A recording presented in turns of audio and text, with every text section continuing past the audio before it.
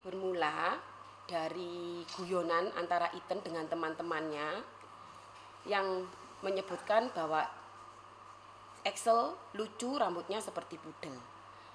Dan itu terjadi di antara dengan teman-temannya aja. Guyonan di antara teman-temannya aja. Dan selang beberapa waktu, Iten dan Axel bertemu secara tidak sengaja di X Games di Ciputra World, di pertandingan basket, tetapi tidak ada yang seperti diberitakan di luar saling ejek atau Iten mengatakan anjing, itu tidak pernah ada. Bahkan Iten tidak pernah secara langsung mengatakan anjing atau bahkan sebutan pudel kepada Axel.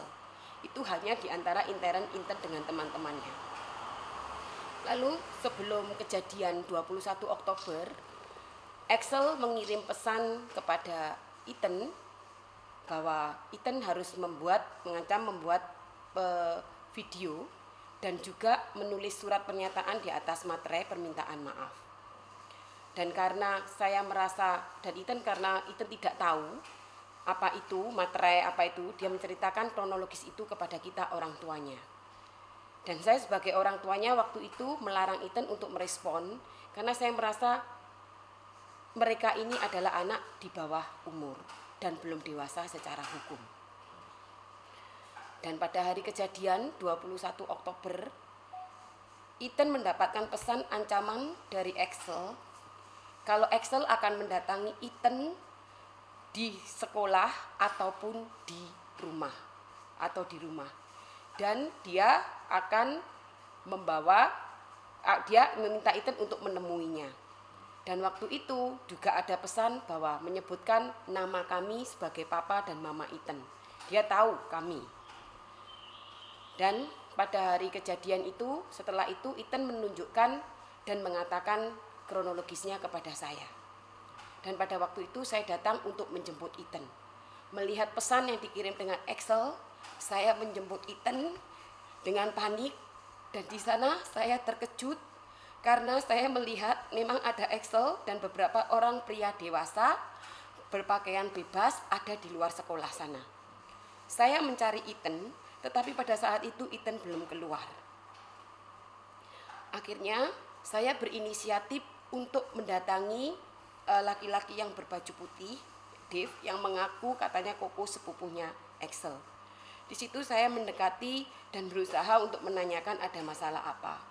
Lalu di situ Dave mengatakan bahwa anak adiknya dia dikatai anjing oleh Iten. Di situ saya berusaha untuk menjelaskan dan mengklarifikasi bahwa Iten tidak pernah mengatakan anjing atau bahkan mengatakan pudel secara langsung kepada Axel. Dan Iten sudah ada minta maaf secara chatnya yang ada bukti chatnya. Dan Iten pun sudah menjelaskan dia tidak pernah secara langsung pun dan hanya guyonan dengan teman-temannya saja. Lalu setelah itu saya klarifikasi dengan Dave bahwa Iten tidak pernah mengatakan itu dan Iten sudah minta maaf. Tapi waktu itu Dave tidak terima dan mengkat lalu bilang, ya sudah Ai, aku teleponkan papa. Pada saat itu saya juga mencoba untuk menelpon papanya Iten karena saya di situ sendirian, wanita sendirian. Saya merasa takut, saya merasa tidak nyaman karena di situ ada beberapa orang. Saya menelpon papanya Iten dan mengatakan bahwa untuk datang ke sekolah dan bertemu dengan papanya Axel untuk membicarakan masalah ini sebagai orang tua. Selang beberapa waktu papanya Iten datang. Dan papanya Iten datang sempat berkenalan dengan yang namanya Noke yang katanya guru petinjunya Axel. Sempat berkenalan dan berbicara baik-baik. Sampai saat itu pun tidak ada keramaian dan tidak ada situasi yang ramai seperti apa. Lalu selang beberapa kemudian si papanya Axel datang. Dia sudah dengan emosi dan marah. Pada saat dia datang suami saya sempat memberikan jabat tangan mengajak salaman. Tapi karena dia sudah emosi dan marah, dia sempat bilang, mana? Siapa yang salah? Sujud, menggonggong. Di situ saya ketakutan karena di situ banyak orang. Saya di situ mulai merasa takut dan saya langsung secara spontan saya menyuruh anak saya, ya sudah dan sujud menggonggong biar masalah ini selesai.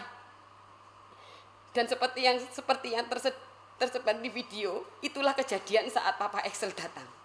Jadi sebelumnya tidak pernah ada keramaian, ketika Papa Excel datang dia langsung marah dan meminta itu. Lalu pihak security dari Pakuwon dan juga dari sekolah datang melerai dan meminta untuk menyelesaikan baik-baik di dalam sekolah. Nah, di dalam lingkungan sekolah sempat terjadi perdebatan antara pihak Ivan dengan pihak sekolah karena Ivan meminta pihak sekolah untuk kepala sekolah sebagai mediatornya. Tetapi pada saat itu kepala sekolah tidak ada. Dan karena kesepakatan tidak terjadi, papanya Excel sempat mengatakan mau diselesaikan di dalam atau di luar. Menekan dengan kata-kata seperti itu. Akhirnya sempat juga keluar dan di situ sempat juga dia mengusulkan bahwa Ethan dan Excel mau disuruh bertarung. Tetapi saya selama anak saya kecil saya tidak pernah mengajar anak saya untuk melakukan kekerasan. Jadi pada saat itu saya sebagai orang tua menolak untuk melakukan penyelesaian itu dengan kekerasan. Saya memilih untuk menyelesaikan dengan baik-baik. Lalu tidak lama kemudian pihak sekolah datang untuk menyediakan suatu ruangan di dalam sekolah. Dan di situ di dalam ruangan itu ada Excel, papanya Excel, yang baju merah itu yang mengaku sebagai kuasa hukum papanya Excel, guru petinjunya Excel, dan juga Dave yang katanya koko sepupunya Excel. Dan dari saya, papanya Ethan dan juga Ethan. Dari sekolah ada wakil kepala sekolah, ada kepala sekolah dan guru. Dan di dalam ruangan itu tidak terjadi penyelesaian yang baik-baik juga, karena di situ papanya Excel tetap meminta Ethan untuk meminta maaf secara bersujud dan menggonggong. Dan untuk kedua kalinya saya menyaksikan anak saya berlutut dan menggonggong di depan Excel. Di situ anak saya melakukan apa yang diminta Ivan. Saya asal masalah ini selesai, saya mengizinkan Ethan untuk melakukan itu lagi. Jadi 2 kali, Bu, ya? Iya. Dan itu disaksikan oleh orang-orang yang ada di ruangan itu. Dan setelah itu, setelah bersujud, anak saya melakukan setelah selesai, anak saya berdiri. Hati saya terluka, hati saya sakit, saya hancur, saya merasa gagal. Di situ saya merasa sakit, dada saya sakit, lalu saya pingsan dan dibawa ke rumah sakit minta keluarga. Dan setelah itu, setelah selesai pulang dari rumah sakit mitra keluarga, kami sempat dihubungi oleh saudara Ivan untuk bertemu, tetapi kami menolak waktu itu. Dan tidak lama lagi pada malam hari ada orang lagi yang datang ke tempat kami yang juga berkenal dengan orang yang diminta Ivan untuk menjadi mediator perdamaian kami. Dan waktu itu dia mengatakan kalau kita tidak ke sana, mereka yang akan ke sini. Dan di sana diyakinkan bahwa perdamaian ini akan terjadi baik-baik saja. Pada saat itu mengingat kebaikan berbagai pihak, kita mengalah untuk demi masalah ini bisa diselesaikan dengan baik-baik. Pada saat itu saya mengalah untuk datang ke sana di tempat yang mereka katakan. Jadi mediasi itu ada kesan paksaan waktu itu, ya? Disampaikan secara maksa. Terus terang saya takut. Bahkan yang menelpon saya yang mengatakan tidak apa-apa, kamu tidak usah takut. Berarti dia tahu posisi saya takut. Kita nolak bolak. Saya takut. Tengah malam, saya hanya dengan suami saya sendiri. Saya takut, saya tidak mau, saya sudah menolak. Dan pada saat itu tidak apa-apa. Ini akan selesaikan dengan baik-baik secara damai. Atau kalau tidak, daripada mereka yang datang ke sini, gitu ya sudah. Akhirnya kita yang ke sana. Lalu pertemuan itu menghasilkan apa, Bu? Nah, pada saat itu akhirnya kita memutuskan untuk datang ke tempat yang dikatakan di sana. Dan pada saat kami di sana, saya dan suami saya sendiri, di sana sudah ada Ivan dan beberapa orang yang menunggu kami di sana. Dan sempat ada juga beberapa orang yang pengakuannya dari pihak kepolisian. Jadi Jadi pada saat itu suami saya diminta untuk bersedia melakukan permintaan maaf dan klarifikasi untuk bisa damai dan tidak ada masalah di video suami saya. Dan pada saat itu kami di video dan Ivan menulis surat perjanjian itu tanpa kami dikasih kopinya. Jadi kami hanya ada fotonya. Apa Bu isinya Bu? Perjanjian itu? Isinya bahwa kami meminta maaf untuk karena sudah melakukan hal yang tidak menyenangkan kepada anaknya, dan Ivan juga meminta maaf, lalu bahwa perjanjian ini tidak didasari atas kompensasi apapun. Oh gitu. Dan itu di video dengan pihak Iya, mereka? di video dengan mereka, dan mereka pada saat itu menjanjikan bahwa video ini adalah klarifikasi pribadi dan tidak untuk dipublikasikan ataupun untuk konsumsi publik. Tetapi pada kenyataannya beberapa saat setelah itu video saya beredar, video suami saya yang bertemu dengan mereka itu beredar. Dan pada saat itu mulai Ivan mengklarifikasi hal-hal yang tidak benar, yang tidak sesuai dengan kenyataan, dan memutarbalikkan fakta dan seolah-olah dia yang korban. Dan di sini saya juga keberatan karena pada perjanjiannya Bapak Noge kemarin mengatakan bahwa dia datang untuk melerai perkelahian. Tidak pernah ada perkelahian. Seolah-olah bahwa Iten dan anak Gloria ini yang akan mengadakan perkelahian. Tidak ada bukti untuk itu. Hanya katanya Iten tidak pernah menantang atau mengajak perkelahian itu. Dan sekali lagi, anak saya tidak pernah membuli dengan kata-kata sebutan anjing pudel secara langsung.